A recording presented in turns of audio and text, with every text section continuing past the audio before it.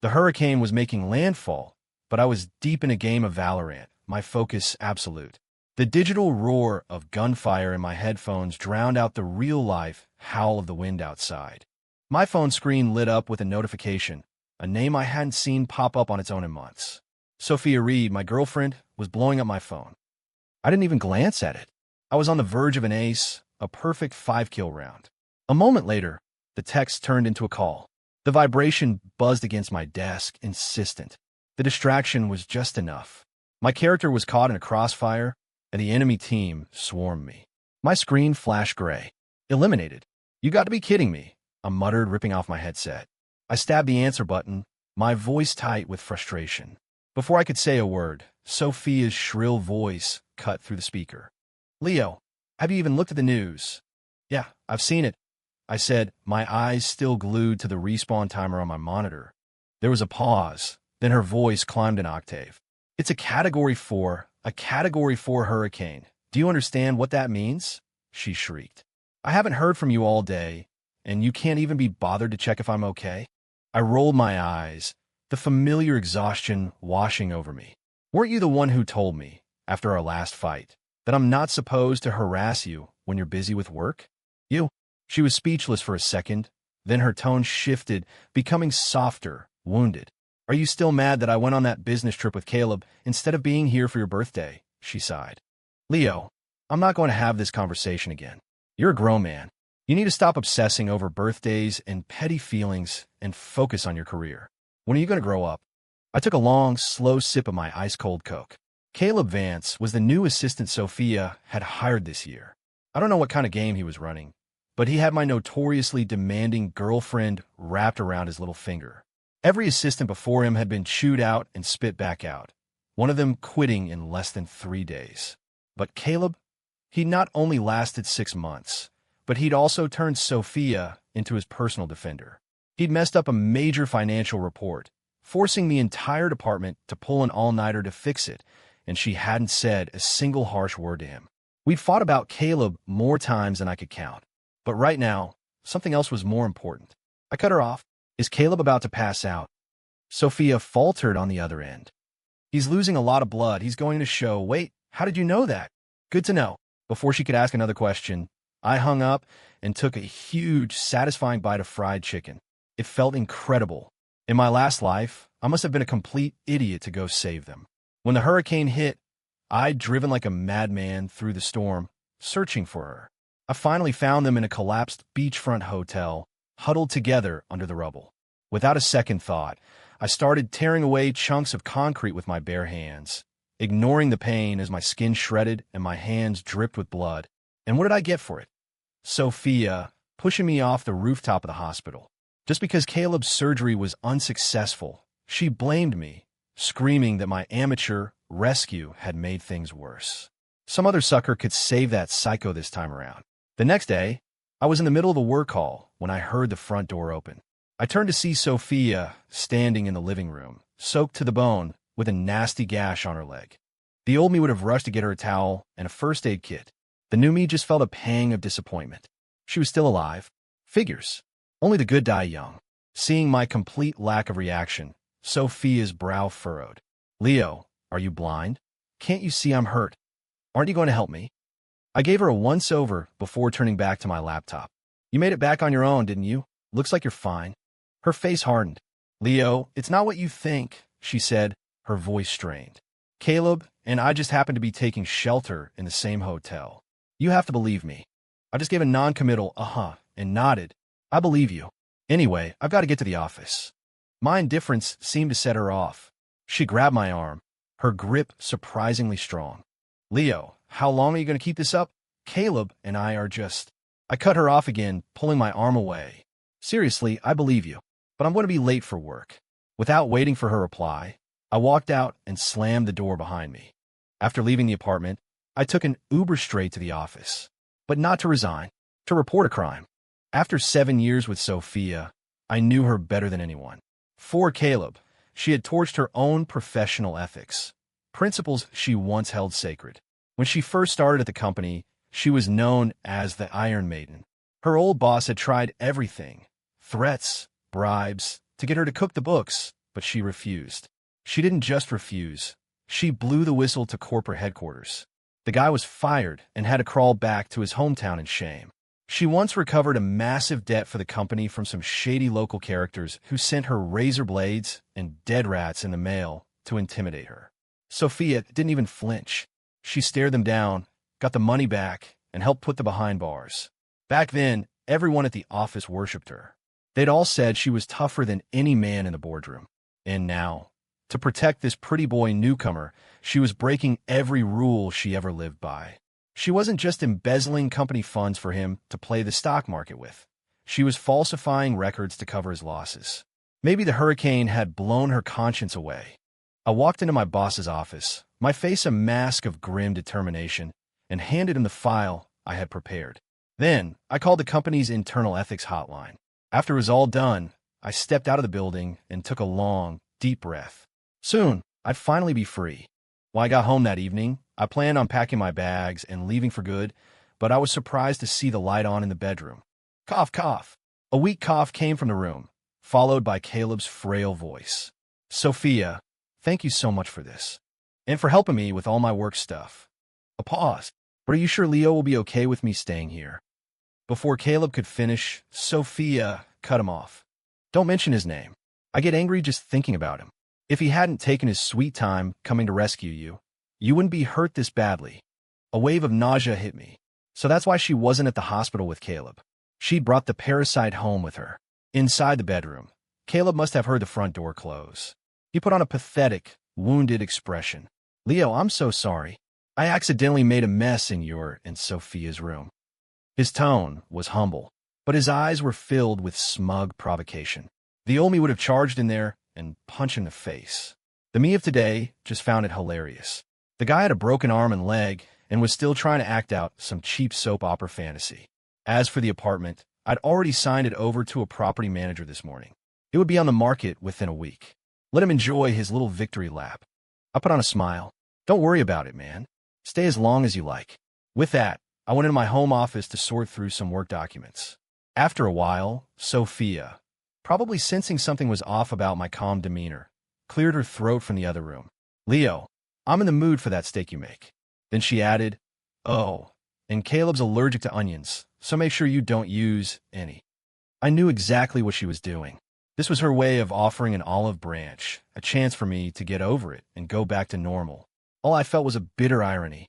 I'm severely allergic to chili peppers. One time, she made a huge platter of chili-loaded stir-fry and forgot to mention it. A few bites later, I was in the ER, struggling to breathe. When I was lying in the hospital bed and asked her why she'd do that, she just shrugged and said, I forgot, before turning her attention back to helping Caleb with some work issue on her phone. But now, she remembered Caleb's little onion allergy with perfect clarity. God forbid her precious boy toy be inconvenienced. Caleb chimed in from the bedroom. Yeah, Leo. Sophia always says what an amazing cook you are. I'd love to try some of your food. I didn't refuse. Instead, I smiled and nodded. Sure thing. I'll whip something up. I went into the kitchen. 20 minutes later, I came out with 3 dishes. French onion soup, steak smothered in caramelized onions, a side of gourmet onion rings. Dinner's ready, I said cheerfully, sitting down and starting to eat. Sophia and Caleb stared at the onion apocalypse on the table, their faces twisting in disbelief. Leo, what is this? Sophia hissed. I told you he's allergic to onions. I kept scrolling through my phone while I ate. Oh, I must have forgotten. Sophia's face went pale with rage. She wheeled Caleb out of the apartment and slammed the door. After that night, Sophia broke up with me again. If I was counting correctly, this was the 7th time she'd dumped me in the year since Caleb started working there. In my past life, every time she did this, I'd be wrecked with anxiety. I'd blame myself, convinced I wasn't good enough, that I was the reason I couldn't hold on to her. I'd grovel, plead, and shower her with affection. I even sacrificed my own career ambitions to try and win her back. And what did it get me?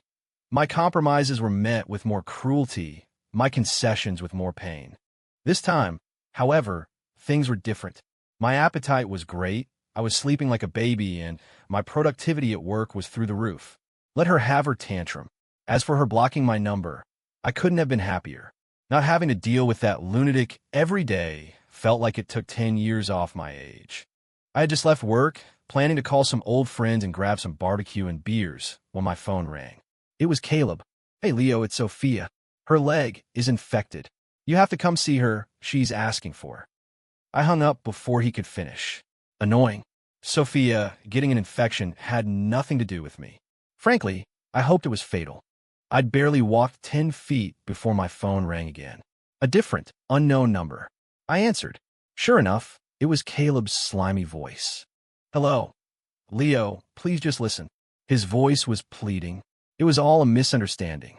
"I never meant for any of this to happen. I'm so sorry. But Sophia is really sick. The wound is infected. She has a high fever, and she just collapsed at my place. We have to get her to the hospital." He was still trying to sound innocent. I cut him off, my voice ice cold. "And? Are you an idiot? She collapsed. Call 911. What are you calling me for?" Caleb started to say something else, but a louder voice drowned him out. "That's enough, Caleb. Stop begging him." It was Sophia, her voice weak but furious. I would rather die than be saved by him. The line went dead. She must have snatched the phone and hung up. Huh. At least she still had some pride. I blocked the new number without a second thought. Out of sight, out of mind. Besides, the DA's office and the police had already confirmed receipt of my report. The embezzlement case against Sophia was officially open. She'd better hope she didn't die from some stupid infection, or she'd miss her chance to rot in a prison cell. Feeling a sudden sense of liberation, I decided to splurge. I hailed an Uber instead of cramming onto the subway. That night, after a long, hot shower, I fell into the most peaceful sleep I'd had in years. It didn't last.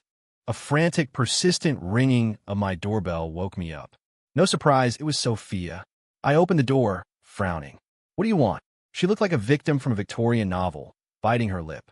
"Leo, my wound got infected. Why didn't you come to see me?" Her logic was baffling. "Weren't you the one who broke up with me? Why would I?" Her eyes instantly welled up with tears. "You know, I didn't mean it. Every other time we've broken up, you've always come to me. You'd beg me to take you back within a day. It's been 3 days now. Don't you have anything to say to me?" I looked at her pathetic, tear-streaked face and felt nothing. But she did remind me of something. I did have something I'd forgotten to give her. You know what? I do. I turned and rummaged through my bag. Sophia's eyes lit up, a hopeful, delusional smile spreading across her face. "Leo, are you going to propose?" she breathed. "Seriously, you should have just said so. I knew you were acting weird these past few days." Her fantasy was cut short when I slapped a manila envelope against her forehead. "In your dreams," I said flatly. "This is the official notice of criminal proceedings for embezzlement. You need to be at the police station tomorrow for questioning." The smile on Sophia's face froze, then shattered. She stared at the envelope in my hand, as if I'd just slapped her across the face. "What? What did you say?" Her voice trembled. I looked her dead in the eye, enunciating every word. I said, "Tomorrow, you're going to the police station to be questioned." She stood there, paralyzed as if struck by lightning. Her eyes were wide, fixed on the envelope. My own voice was calm, as if discussing the weather. "Did you really think no one would ever find out what you did?" I let out a short, humorless laugh and held the envelope out to her. "Want a closer look? It has your name written all over it." The color drained from her face. She slapped my hand away, sending the envelope to the floor. Its contents scattered across the welcome mat. "Leo, are you insane?" she shrieked, her voice cracking. "I'm your girlfriend. I gave you 7 years of my life, and this is how you stab me in the back." Girlfriend, stabbing her in the back. I burst out laughing. It was the most ridiculous thing I'd ever heard. My mind reeled, flashing through 7 years of memories. 7 years of me quitting a 10-year smoking habit because she hated the smell. 7 years of me working myself sick, entertaining clients until I developed a stomach ulcer, just to build a comfortable life for her. 7 years of me turning down every advance, shutting down any hint of flirtation from anyone else, just to make her feel secure. I thought if I just tried hard enough, if I gave enough, we could have a future together. I was wrong. So incredibly wrong. I was a fool, completely blind to the truth, thinking I'd found the love of my life. And all the while, she was cheating on me and embezzling money to fund her affair. And now she had the audacity to accuse me of betraying her. It was pathetic. I was done arguing. I bent down, gathered the papers, and slid them back into the envelope. Sophia, I'll give you one last piece of advice. My voice was devoid of emotion. Instead of throwing a tantrum here, you should probably find a good lawyer and start thinking about your defense. I grabbed my pre-packed suitcase and walked past her. At the door, I paused and looked back at her one last time. Oh, and by the way, we're over. I've been for a while now, I said, my voice dripping with ice. So don't ever call yourself my girlfriend again. The thought of it makes me sick. And with that, I left without looking back. I checked into a hotel near my office. Lying on the crisp, clean sheets of the king-size bed, I felt a lightness I hadn't experienced in years. For 7 years, I've been carrying a weight that had nearly crushed me. Now, finally, it was gone. I could breathe again. I slept soundly and deeply. When I woke up the next morning, I felt like a new man. After a shower, I was about to head to work when my phone rang. It was HR. Mr. Miller, good morning. This is to inform you that your employee access credentials have been suspended. Please come to the HR department with your company ID before 2 p.m. today to complete your exit paperwork. I froze. My employee access was suspended. What was going on? I immediately dialed my boss's number. Hey, Mark, I just got a call from HR saying I've been terminated. Is this some kind of mistake? There was a few seconds of silence on the other end, followed by a cold, cynical laugh. A mistake? Leo, you must think we're all idiots. His voice was dripping with contempt. You have the nerve to ask me what's going on. You know damn well what you did. Mark, I have no idea what you're talking about, I said, trying to keep my voice steady. I've always been a dedicated employee. I've never done anything to hurt this company. His voice rose to a shout. Dedicated? Don't play innocent with me, Leo. I know your game, he snapped. Sophia Reed already posted a video about it.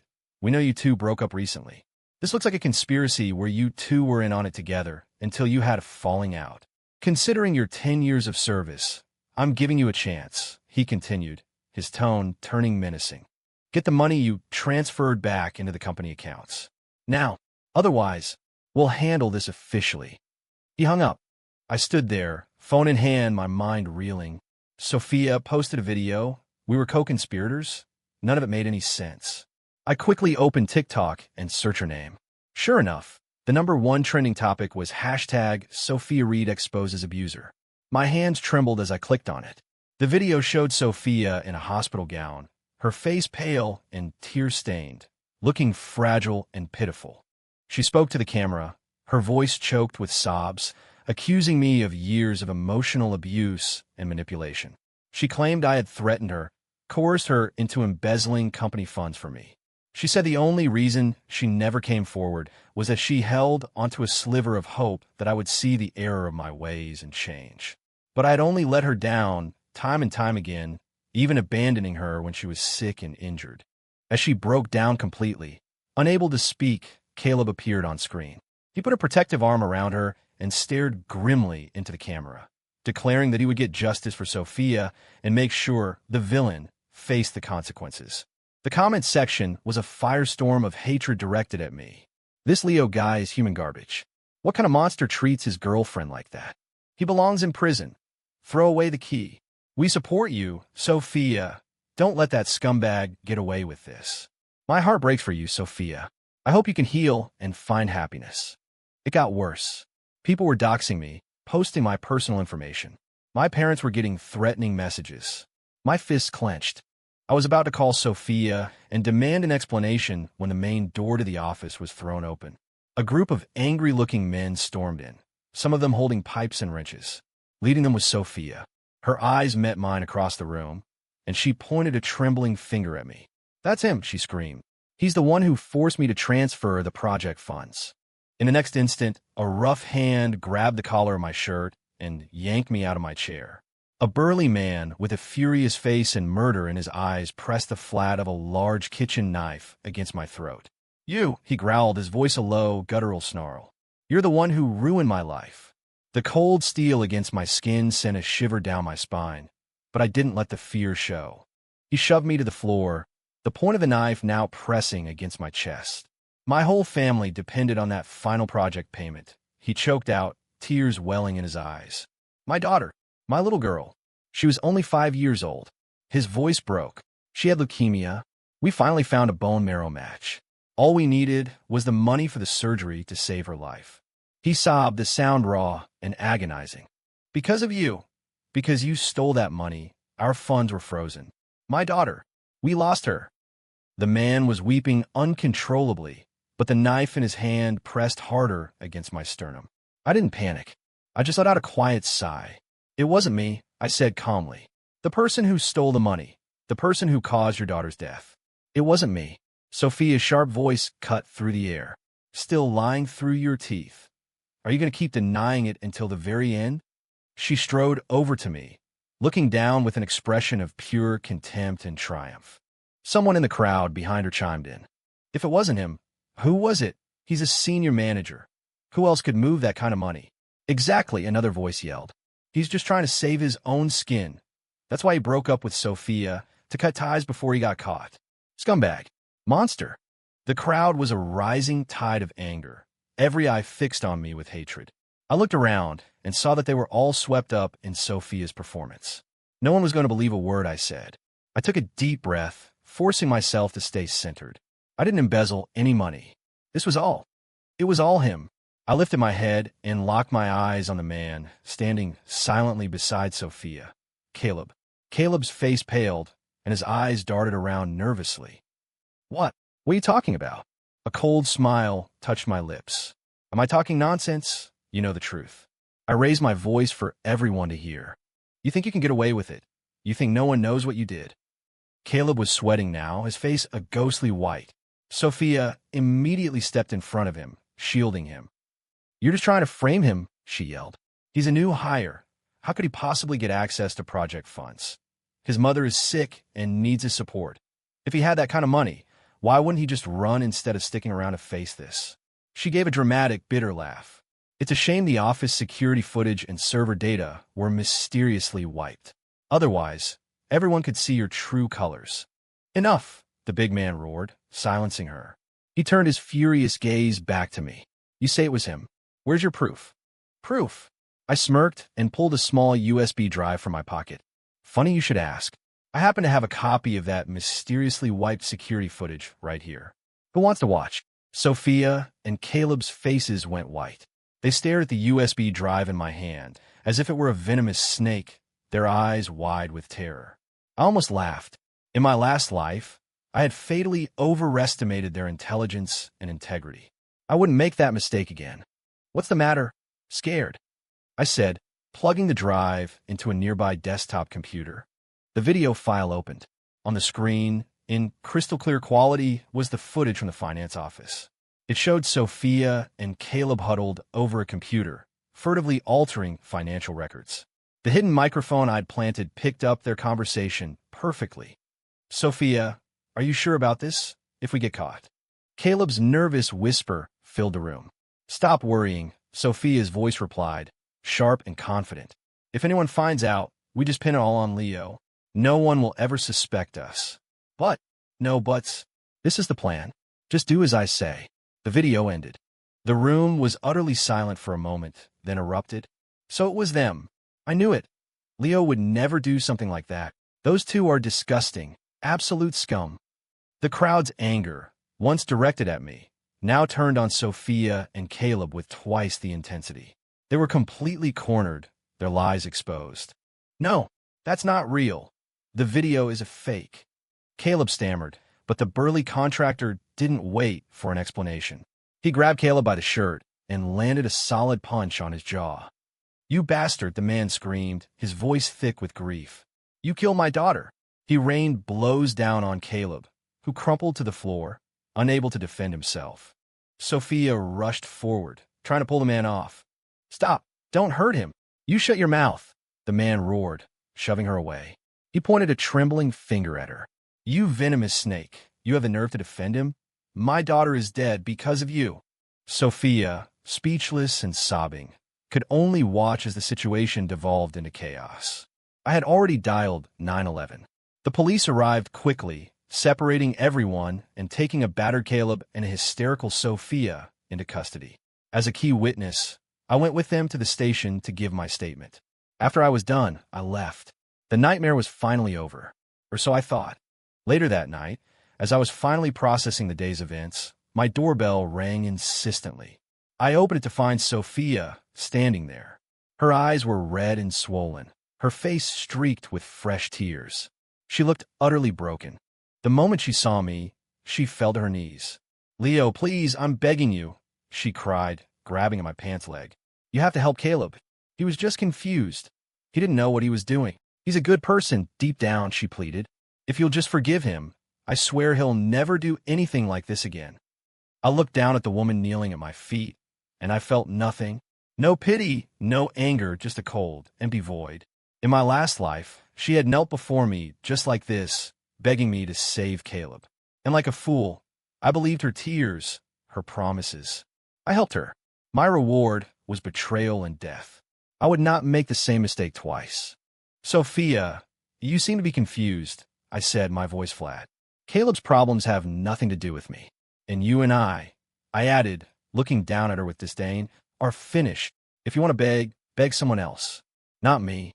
I started to close the door, but she threw herself against it, blocking it with her body. Her eyes were wild. "Leo, after 7 years together, you can just throw it all away? And Caleb, he was just misled. His family is very poor, and his little sister is sick and needs his help. He did it out of desperation. Don't you have any compassion? Are you going to let his sister die?" I almost laughed in her face. Even now, she was still defending him. I yanked the door open and stared at the woman who was desperately fighting for another man, a profound sense of pity and disgust washing over me. "Sophia," I said, looking her directly in the eyes, "Caleb doesn't have a sister." Sophia froze, her tear-filled eyes wide with disbelief. "What are you talking about?" I took a deep breath, fighting to keep my voice level. "I thought you were just naive, but it seems you're deaf, too. If Caleb really had a sister, why have you never seen her? Not even a single picture." She opened her mouth, then closed it, fumbling for a response. He's a private person, that's all. He doesn't like to share." Her innocence was astounding. Even now, after everything, she was still clinging to his lies. I was done trying to reason with her.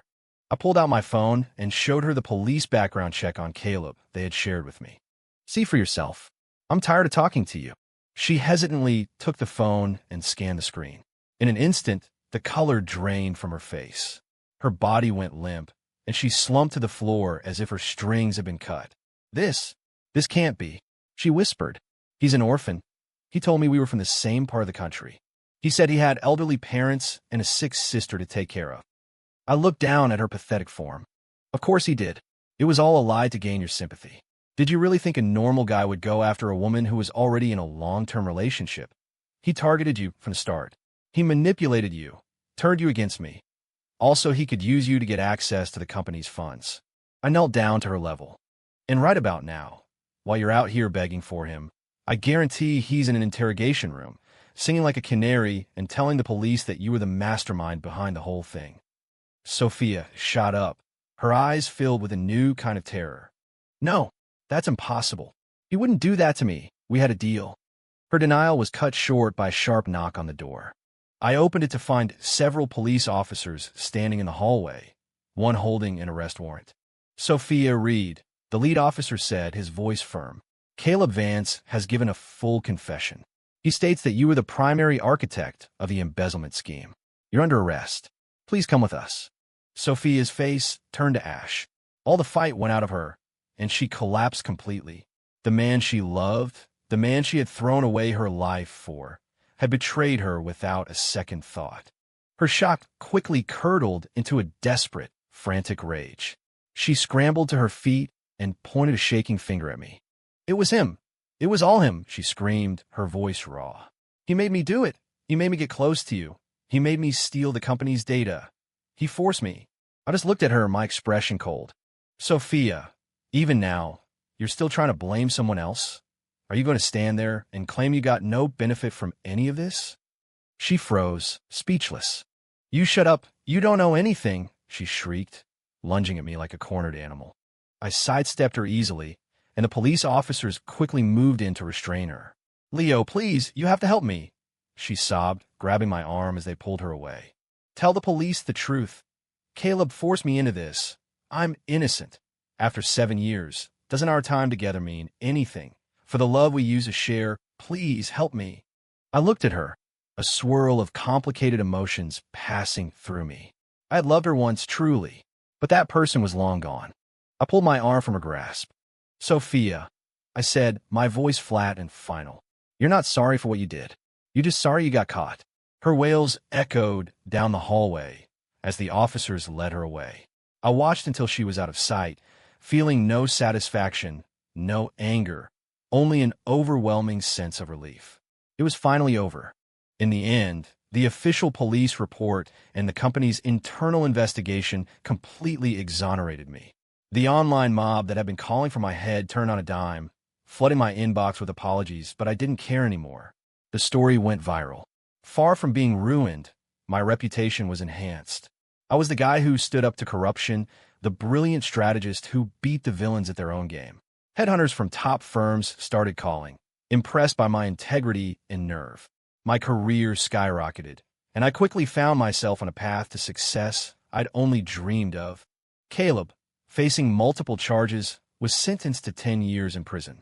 Sophia, as the mastermind and primary offender in a massive fraud case, was sentenced to 15. Before she was transferred to a state facility, the police told me she had requested to see me one last time. I refused. The past was a hurricane that had finally passed. There was no reason to look back at the wreckage. All that lay ahead was clear sky.